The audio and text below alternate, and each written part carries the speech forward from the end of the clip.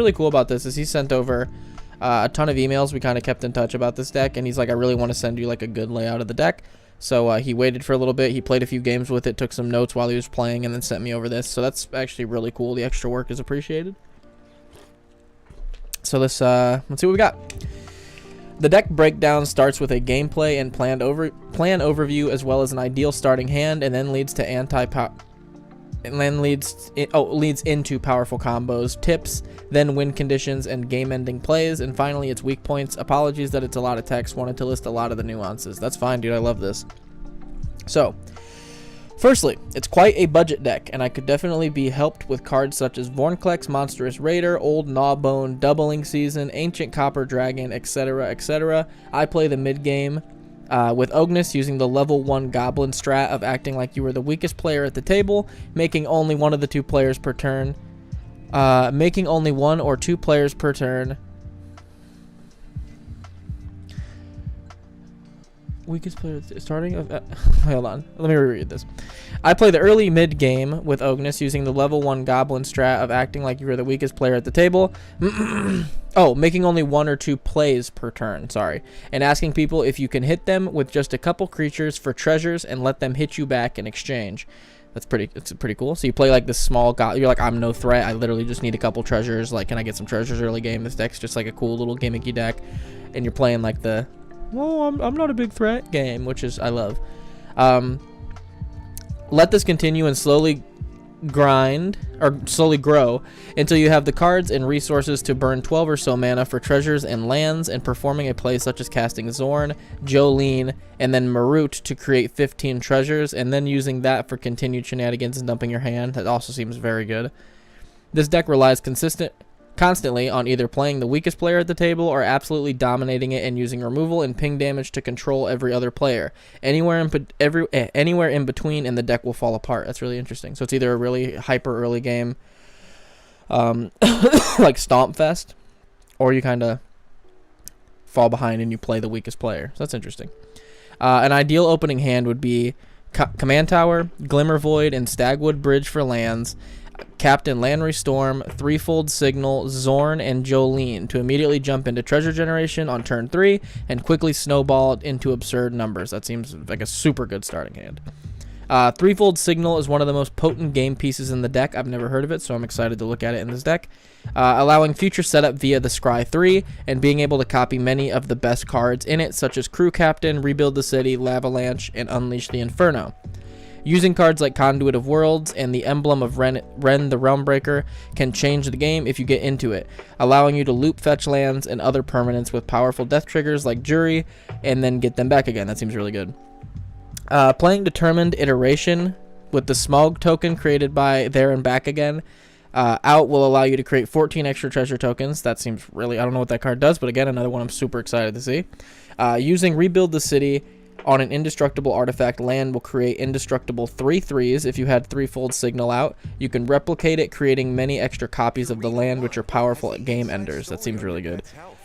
Doomsday can stack into Bootlegger's Stash, Battered Golem, Song of the Dryad, and Reckless Fireweaver with the 5th card choice of Tybalt's Trickery or Professional Facebreaker depending on confidence, which will let me create infinite treasures and infinite artifact pings from Fireweaver to win the game with the high risk of being milled or forced to draw out. Sweet. Song of the Dryads turns Battered Golem into a forest land, but it keeps its abilities, allowing it to be tapped by bootleggers and then untapping it when you generate a treasure, and then you can tap it again to generate a treasure, untap it. So that's an infinite treasure combo, which is sweet. Unfortunately, it does struggle to keep up against boards with especially large creatures above 6 power, with preemptive removal and having opponents focus them and keeping their eye off of you being your best strat. Cool. Okay, so that's a really in-depth but cool sum up of the deck. So this deck's going to be a Stomp Fest. Or you're going to have to play like back a little bit and play like you're not that big of a threat for a while, which is really cool. He also organized it really well on the Mox or Architect, sorry, which is super useful. So let's see how he broke this down for us. We got board wipes, which I don't normally go over. Draw power, another thing I don't normally go over, but there is a lot of useful ones in this one. So I think I'm just gonna go over anything that's not just basic, like Damnation and stuff like that. Anger's Wake's pretty basic. Legion's End, though. 1 and a black for a sorcery. Exile target creature an opponent controls. with converted mana cost 2 or less, and all other creatures that player controls with the same name as that creature. Then that player reveals their hand and exiles all cards from their hand and graveyard with the same name. I'm going to mark that down, future me, because that's a super cool card. I actually really like that a lot. Draw power. Academy Manufactory, of course, is the first card that pops into my head. 3 for a 1/3. If you would create a clue, food, or treasure token, instead you create one of each. That's honestly so good in this deck. It's unbelievable. Elmar Uvenwald Informant is 1 a green and a red for a 3/2 with haste, which is a necessary trait for your creatures to have in this deck. Whenever you cast your second spell each turn, untap target creature, then investigate, and it has Friends Forever that we don't really care about. But it has haste. Whenever you pay your second spell, you get to untap and then create clues on top of creating treasures. It seems very good. God Eternal Bantu, 3 and 2 black for a 5/6 menace. When God Eternal Bantu enters the battlefield, sacrifice any number of other permanents, then draw that many cards. It seems really good. When God Eternal Bantu dies or is put into the graveyard, or put into exile from the battlefield, you may put it into the owner's library 3rd from the top. Bantu's great. I actually need to pick one of those up. That's a super, super good card. And yeah, sacrifice any number of permanents. So you're going to sack those treasure tokens. And, yeah, that seems very good in there. Vazi Keen Negotiator. Let me get my, my phone pulled up with the chat really quick, just so I can see if anything's going on.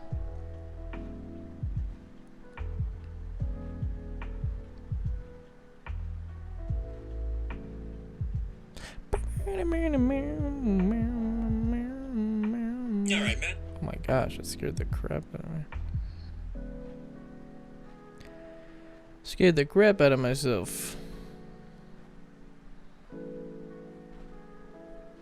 Cool. Okay.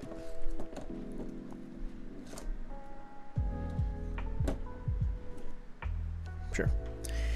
So let's get into Vazi Keen Negotiator. 2 a black, a red, and a green for a 3/3. Haste. Oh. Haste. You can tap her. Target opponent creates X treasure tokens, where X is the number of treasure tokens you created this turn. Whenever an opponent casts a spell or activates an ability, if a mana from treasure was spent to do so, put a 1/1 counter on target creature, then draw a card. She seems okay. In this deck, she seems really, really good. I'm thinking as a commander. She doesn't seem like the best commander. In this deck, she seems like perfect. She has haste. She makes treasures. She does a treasure thing. Very good. Zero the Golden Sting is another one that I've always been interested in. She's a sweet card. 1 a black, a red, and a green for a 3/3 flying haste. When Zero the Golden Sting attacks, put an egg counter on another target creature without an egg counter on it. When that creature dies, if it has an egg counter on it, draw a card and create a 1/1 black insect creature token with flying. I wish it had Death Touch, but she's still very, very cool. And she's just a big haster that makes you other bodies. Like, and this deck interacts with you having a lot of permanents in play, so I totally see why that's useful in here. Zatori's Envoy. 1 a black, a red, and a green for a 5/4 trample. Whenever Zatori's Envoy deals combat damage to a player, look at the top card of that player's library, or of your library, sorry. You may play a land card from the top of your library and cast spells with mana value less than or equal to the damage dealt from the top of your library without paying its mana cost. If you don't, put the cards into your hand, or put that card into your hand. That's a cool card. It has Blitz too, which you can Blitz it out, and I think it just gains haste. So Blitz actually seems extremely good in this deck, actually. Fervor, naturally. 2 in a red. Creatures you control have haste. That's going to be great in here. Fires of Yavimaya, same idea. Creatures you control have haste. Sacrifice it. Target creature gets +2/+2. It can potentially end a game, maybe if you need that little extra 2 damage. But giving all your creatures haste in this deck is a no-brainer. Speaking of no-brainer, Garna's so good. 3 a black and a red for a 3/3 flash. When she enters the battlefield, return to your hand all creature cards in your graveyard that were put there this turn from anywhere, and then other creatures you control have haste. So not only does she enable haste, but when you swing out with all these enablers to like flood with tokens, you really don't have to worry about any of your stuff dying if it's small, because you have her in your hand and you'll just get it all back anyway. And then you can replay it. It's untapped. It can block. Garna's really, really good in this deck. Hammer Perforos, again, another haste enabler that can let you sack lands to create golems late game, so you could potentially win with the golems, but haste enabling is so useful in this. It's really, really a good tool in this. Speaking of tool, we got Henzi Toolbox Tori, one of my favorite commanders of all time. Black, red, green for a 3/3. Each creature spell you cast with mana value 4 or greater has Blitz. The Blitz cost is equal to its mana cost. Blitz cost 1 less to cast. Jesus. For each time you've cast your commander from your command zone. So, pretty good. All your stuff costs 1 less if you blitz it out. And blitzing it out gives it haste. Haste gives you treasure tokens, so you can use those treasure tokens to play bigger stuff when you play it. Or if you want to blitz or play bigger stuff with those treasures, it's very, very good. Rhythm of the Wild is really a good card. I just came across one of these the other day. 1, a red and a green for an enchantment. Creature spells can't be countered that you control. Super good. Non-token creatures you control have Riot. Riot is they enter the battlefield with your choice of 1/1 counters or haste, which is just, again, a haste enabler that can also put counters on stuff if you want it to. So if you already have a haste enabler out, Rhythm of the Wild is still useful, which is really nice. Rising of the Day. 2 and a red for an enchantment. Creatures you control have haste. Legendary creatures you control get +1/+0. Sure, another haste enabler. It has a different use, which is nice. I like that. Tuk Tuk Rebel Fort. 2 and a red for a 0/3 defender reach. Creatures you control have haste. Tuk Tuk Rebel Fort's just a great card. Just a good haste enabler. Speaking of very good cards that are haste enablers, Urbrask the Hidden, 3 and 2 red for a 4/4. Creatures you control have haste. Creatures your opponents control enter the battlefield tapped. So what's cool is he runs 9 haste enablers in here, but 1, 2, 3, 4, 5, 6, 7. 7 of them do other things besides just enable haste. So that's a super versatile package, which I like a lot. Lands. Let's see if there's any that kind of stick out. The bridges stick out because he was saying that these are really cool in his deck for interacting with other cards that we'll get to. But they're indestructible lands that enter tapped, can tap for 1 of 2 mana. But I think that's probably the only... Glimmer Void was the other land that he talked about. At the beginning of your end step, if you control no artifacts, sacrifice Glimmer Void, tap to add 1 mana of any color. You're pretty much always going to have a treasure in play. So Glimmer Void's pretty much always going to tap for any color, which is super, super good. Yavimaya Cradle Growth might be one to bring up. Each land's a forest in addition to its other types that might interact with other stuff in the deck. But I think that's about it in the lands. That's super important. Ramp. He's got 2 pieces of ramp. Oh, he doesn't need it. He doesn't need it. Like, with the amount of treasures he's getting off Ognis, he doesn't maybe even need to. But he's got Open the Way. Rampant Growth I don't want to talk about, but Open the Way is X and 2 green for a sorcery. X can't be greater than the number of players in the game. Reveal cards from the top of your library until you reveal X land cards and put them onto the battlefield tapped and the rest at the bottom. Weird card, so you can pay 5 mana to get 3 lands off the top. If you're in a 4-way commander game. Interesting. Recursion, my boy. Conduit of Worlds, 2 and 2 green for an artifact. You may play lands from your graveyard. Tap it, choose target non-land permanent card in your graveyard. If you haven't cast a spell this turn, you may cast that card. If you do, you can't cast additional spells this turn. Activate as a sorcery. Huh, Conduit of Worlds is interesting. It's almost like the, what's the name of that card? Phyrexian Engine or something. It's like an enchantment. It's 3 and 2 black. You can play a card out of your graveyard, but if you do, you can't play anything else for the rest of the turn. It's just like a green version of that, which is really cool. Forever Young, 1 and a black for a sorcery. Put any number of target creature cards from your graveyard on top of your library. Draw a card. Forever Young's actually really solid. You can shove all those haste creatures back on top, and then you've got all those treasures to replay all those haste creatures. It seems really good. Do you run stuff like Beast Whisperer? Because it doesn't look like you do. Maybe consider a Beast Whisperer, just because it feels like you'll be able to play a lot of creatures in this deck in the same turn, get a lot of treasures, use those treasures the next turn to spam out more creatures, and it seems like that only really works if you have pieces like Beast Whisperer that are like drawing you cards whenever you play creatures, so you can fill up your hand with more haste enablers to drop more haste enablers to fill up your hand with more haste enablers to drop more haste enablers, get more treasure tokens so you can play more and draw more. Stuff like that. Soul to Harvest and Beast Whisperer both seem really good in this deck. I don't know if you've considered those, but they seem to me like they'd be very, very good. Riveteer's Ascendancy, black, red, green for an enchantment. Whenever you sacrifice a creature, you may return target creature card with lesser mana value from your graveyard to the battlefield tapped. Do this only once each turn.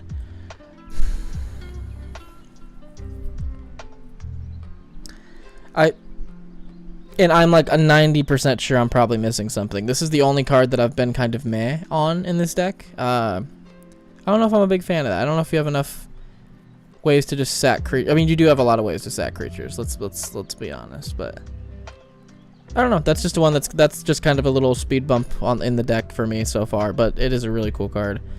Vat of Rebirth. 1 black for an artifact. Whenever another artifact or creature you control is put into a graveyard from the battlefield, put an oil counter on Vat of Rebirth. 2 and a black, tap it. Remove 4 oil counters from Vat of Rebirth. Return target creature card from your graveyard to the battlefield. Activate only as a sorcery. I really, really like Vat of Rebirth.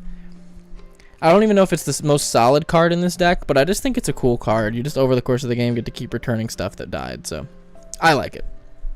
Ren and Realm Breaker's so good. 1 and 2 green for a 4 loyalty planeswalker. Lands you control have tap for any color, just as a static ability. +1, up to 1 target land you control becomes a 3/3 elemental creature token with vigilance, hexproof, and haste until the end of your next turn. Until your next turn, it's still a land.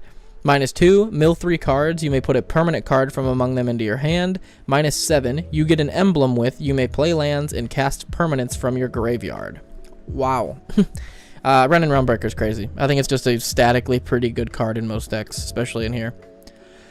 Targeted removal, Traxxas Fall's good, Chaos Warp's good, Snuff Out's great. I really need to add some Snuff Outs to some of my decks. Terminate's awesome. Unleash the Inferno. 1, a black, a red, and a green for an instant. Unleash the Inferno deals 7 damage up to. That's weird. It doesn't say it to up to. It just says to target. That's weird. I feel like it should, but maybe not. Unleash the Inferno deals 7 damage to target creature or planeswalker. When it deals excess damage this way, destroy target artifact or enchantment an opponent controls with mana value less than or equal to the amount of excess damage. That's really cool. 7's going to kill something. 4 is not the worst thing in the world to pay to like remove something. And then being able to like blow up enchantments and artifacts and shit in addition seems fantastic. Treasure Ramp. So now we're getting into like pretty much the main thing of the deck here. Beamtown Beatstick, 1 red for an equipment that equips for 2. Equipped creature gets +1/+0 and menace, and whenever it deals combat damage, you get a treasure token. Super good card. Beamtown Beatstick's actually a very good equipment. Captain Landry Storm, 2 and a red for a 2/2 haste. Whenever Captain Landry Storm attacks, create a treasure token. Whenever you sacrifice a treasure token, Captain Landry Storm gets +1/+0 until end of turn. You could definitely win a game with Captain Landry Storm. Like, that's for sure. That's a really good card in this deck, too. Speaking of really good card, this is a new one. Cavern Horde Dragon is 7 and 2 red for a 6/6. This spell costs X less to cast, where X is the greatest number of artifacts an opponent's control. Oh, get it. I feel like I need a neck crack, but I'm not. Flying Haste Trample. Whenever Cavern Horde Dragon, I like the Inferno. Normally a flexible 2 for 1. Inferno. What are we talking about here?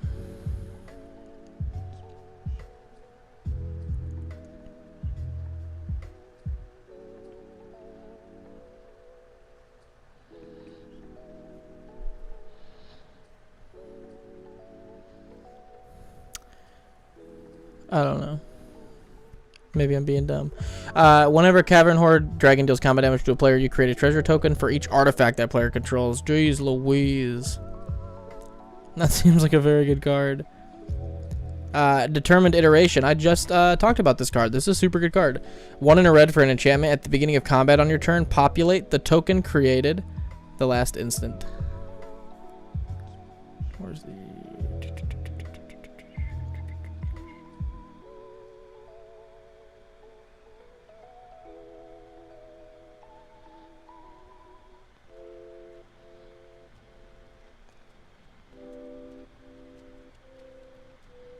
Oh, Unleash the Inferno.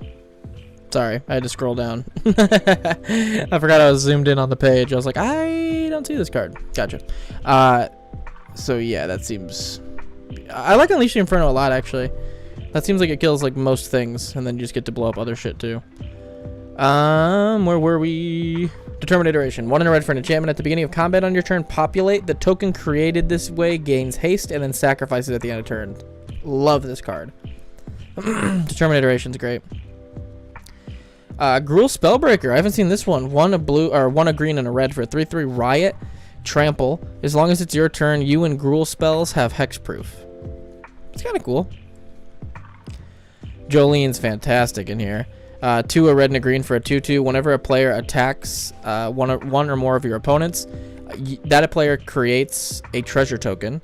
If you would create one or more treasure tokens, instead create that many plus one. Sacrifice 5 treasure tokens, put 5 1/1 counters on Jolene. Jolene is so good. She's such a good card. Marut, what is this? Oh, you brought this up in your sum up. 8 colorless for a 7/7 trample. When Marut enters the battlefield, if mana from a treasure was spent to cast it, create a treasure token for each mana from a treasure spent to cast it. He's cool. Marut is so sweet in this deck. What the hell?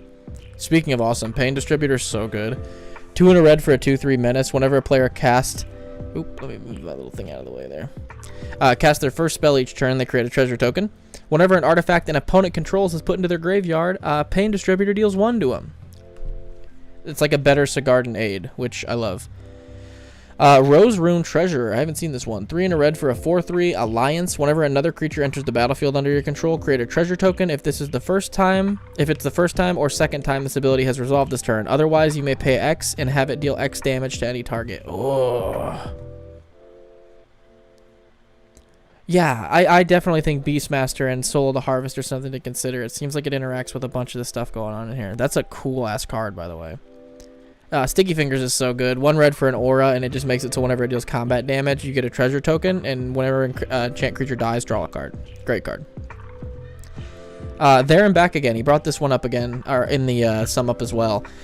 3 and 2 red for an enchantment. Saga, Chapter 1, up to 1 target creature can't block for as long as you control There and Back Again. The ring tempts you. Okay. Chapter 2, search your library for a mountain card, put it into the battlefield, then shuffle. Chapter 3, create Smaug, a legendary 6/6 red dragon creature token with flying and haste, and when this creature dies, create 14 treasure tokens. Yeah. That's crazy. Smaug seems pretty wild. Okay, There and Back Again seems perfect in here. Wolfgar and Icewind Dale. 3, a green and a red for a 4/4 melee. If a creature you control attacking would cause a triggered ability of a permanent you control to trigger, that ability triggers an additional time. Wolfgar is so good. He can go in so many decks and just like crank it up to 11, especially in this one. You're getting so many treasures off Wolfgar every game. Speaking of getting so many treasures every game, we got Zorn. 2 and a red for a 3/2. If you would create 1 or more treasure tokens, instead create those many plus an additional treasure token. Yeah, Zorn's crazy. You're just going to pump out massive treasure tokens with that thing. Zayatora the Incinerator, which is a commander that I've wanted to build for a while, but I'm still kind of like gauging whether or not I really want to. Let me get a water here. Got a bit of a hiccup. Zoida is 3, a black, a green, and a red for a 6/6 flying. At the beginning of your end step, you may sacrifice another creature. When you do, Zoida the Incinerator deals damage equal to that creature's power to any target, and you create 3 treasure tokens. Yeah, Zayatora is insane. A very, very good card. We got 2 tutors. Illicit Shipment's actually very cool. My cousin just showed me this card as well. 3 and 2 black for a sorcery, casualty 3. As you cast this spell, you may sacrifice a creature with power 3 or greater. If you do, copy it. Search your library for a card and put it into your hand. So you get 2 tutors if you crack a creature, which is actually very, very good. What does that say there? Unlimited. Oh, this is the combo he has. So let's read Doomsday because that's the only piece I don't know. Unlimited treasures. He gets unlimited treasures this way. So Doomsday is 3 black for a sorcery. Pay half your life rounded up. Put your graveyard on top of your library. Then remove all but 5 cards of your library from the game. Put the rest on top of your library in any order. Okay, so he can Doomsday out these 3 cards on the top of his library and like go infinite with it, which is kind of cool. So Battered Golem, to explain the combo, is 3 colorless for a 3/2. It doesn't untap during your untap step, but whenever an artifact comes into play, it does untap. Song of the Dryad is 2 and a green that turns target permanent into a forest. It doesn't lose its abilities, it's just a forest.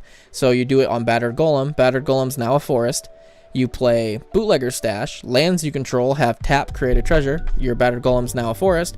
So it can tap to make a treasure. Whenever you make a treasure, it's an artifact entering the battlefield, so it untaps Battered Golem, and then you can just go infinite and make infinite treasures with that, which is awesome. Love that. Value engines, we got a Goblin Archaeomancer, which is great. Green and a red for a 2/2. Each spell you cast that's green or red costs 1 less. Super good.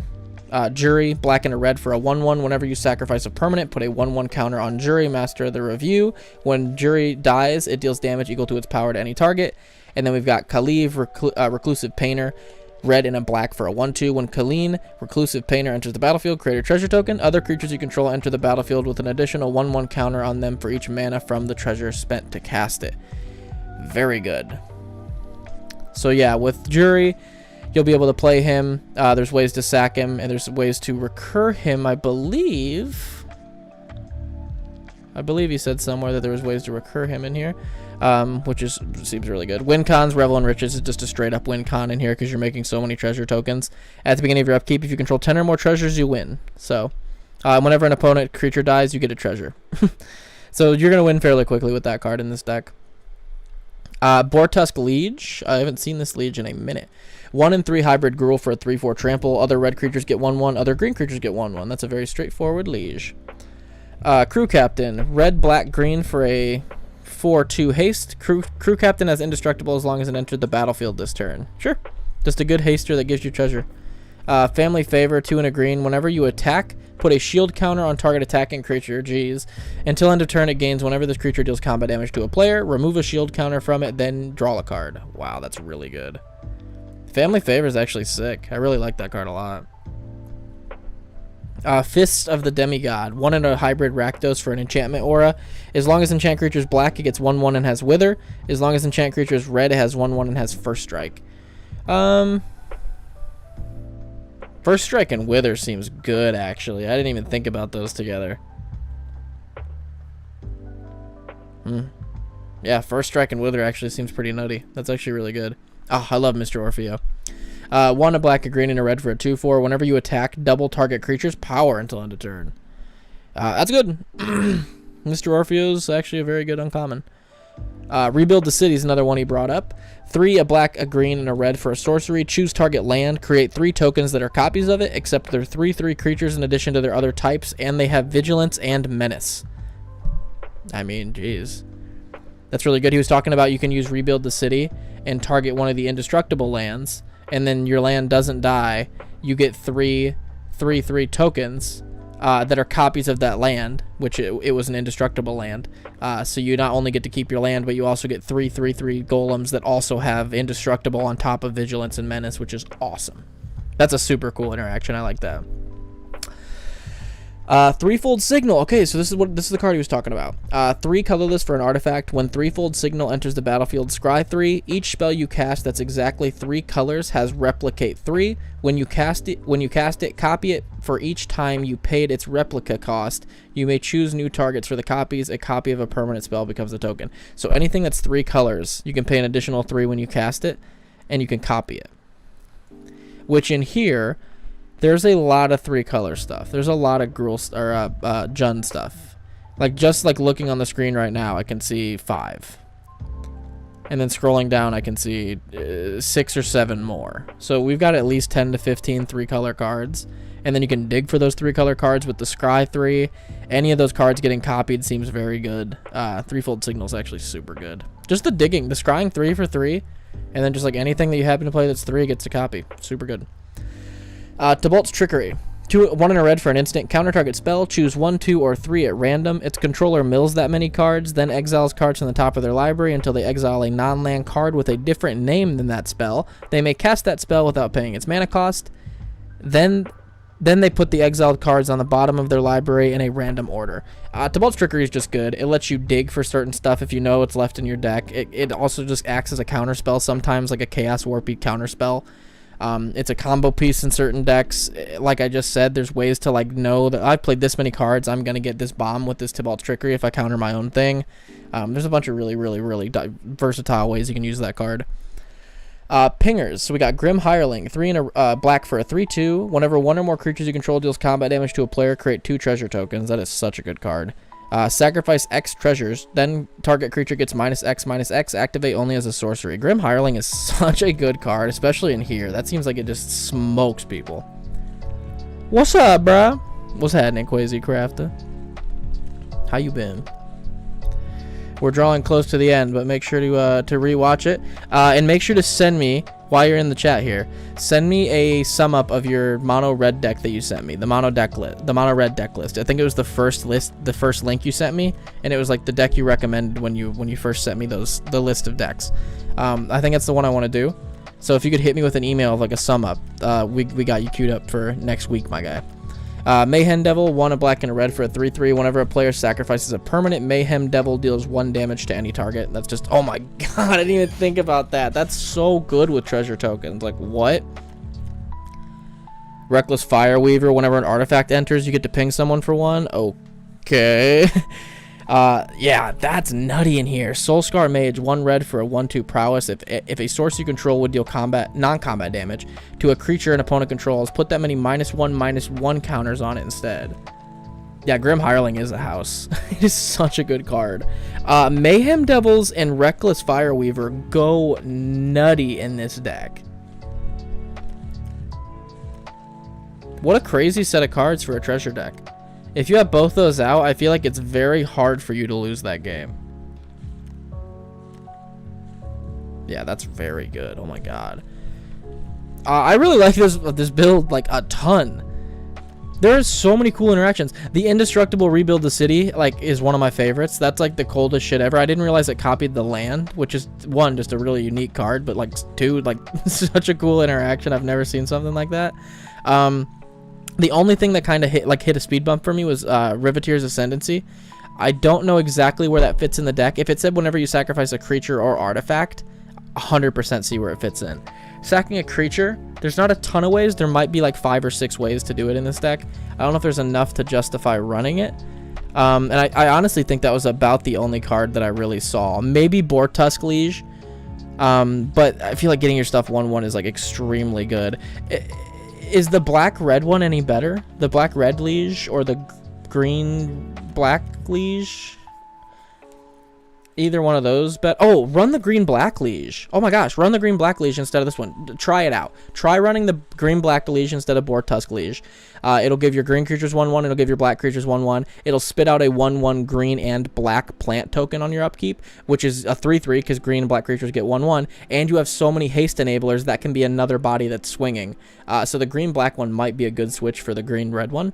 And then switch out either a Beast Whisperer or a Soul of the Harvest for your Riveteer's Ascendancy and see how that goes. That's like the only thing that popped into my head when looking at this, because everything else is seriously like tight. Like this deck has got like it's got the shit that it needs to have in it. Like this is a super solid tight deck. Marut, I've never seen in my life, and he's super cool. Like what the hell? Pay 8 tokens, play Marut, get all 8 of your tokens back. If you have any kind of doubling cards, like in his thing, he said that he it's more of a budget deck. So what he really needs is like doubling seasons and Belladrosses and stuff like that.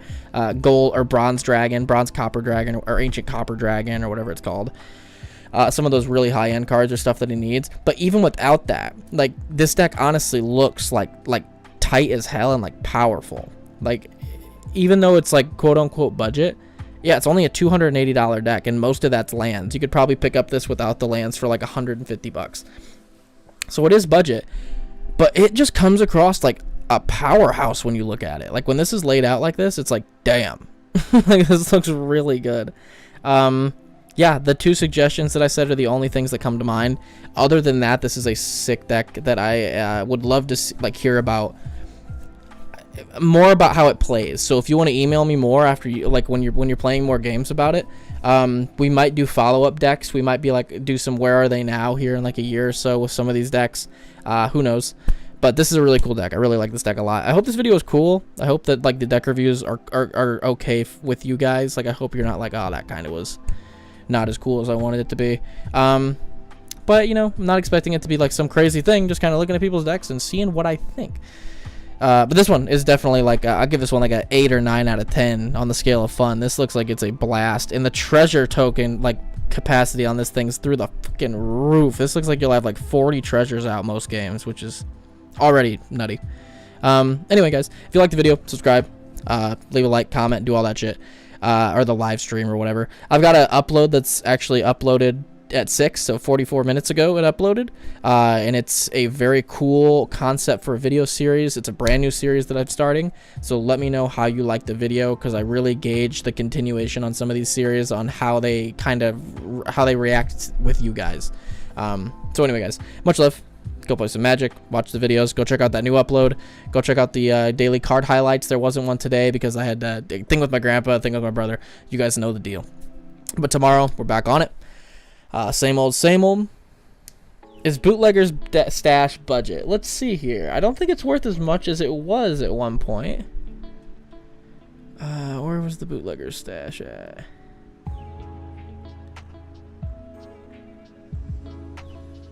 Hello? Oh, there we go. Bootlegger's stash. Doesn't have a price. View card details.